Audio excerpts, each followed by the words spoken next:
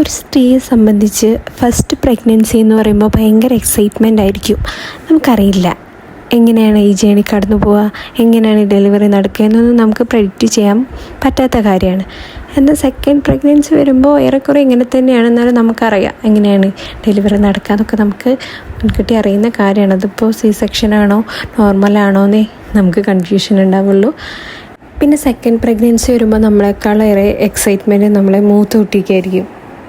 കാരണം എന്താ വെച്ചാൽ നമ്മളെക്കാളും കൂടുതൽ അവൾക്കായിരിക്കും നമ്മളെ കാര്യങ്ങൾ അറിയാൻ വേണ്ടിയിട്ടുള്ളൊരു ഉത്സാഹം ഉണ്ടാവുക. രാവിലെ നീറ്റാ മുതൽ തുടങ്ങും, അമ്മയെ കുട്ടി എന്താ ഇപ്പോൾ ചെയ്യുന്നുണ്ടാവുക, കുട്ടി ഇപ്പോൾ എന്താ അനങ്ങുന്നുണ്ടോ എന്നൊക്കെ ഇടയ്ക്കിടയ്ക്ക് വന്ന് ചെക്ക് ചെയ്യാണ്. പിന്നെ അവൾ എന്നെ ഒരു കുട്ടിയായിട്ടാണ് കാണുന്നത്. ആ കുട്ടി വന്നു, കുട്ടി കുളിച്ചു, കുട്ടി കഴുകി, ഭയങ്കര ഒരു കെയറിങ് ആണ്. നമുക്ക് ആ രണ്ടാമത്തെ കുട്ടിയതും കുറച്ചൊരു ഏജ് ഗ്യാപ്പ് ഉണ്ടാവുമ്പോൾ ഫസ്റ്റ് പ്രഗ്നൻസിനേക്കാളും ഞാൻ കൂടുതൽ എൻജോയ് ചെയ്യുന്നത് സെക്കൻഡ് പ്രഗ്നൻസി ആണെന്ന് എനിക്ക് തോന്നിയിട്ടുണ്ട്.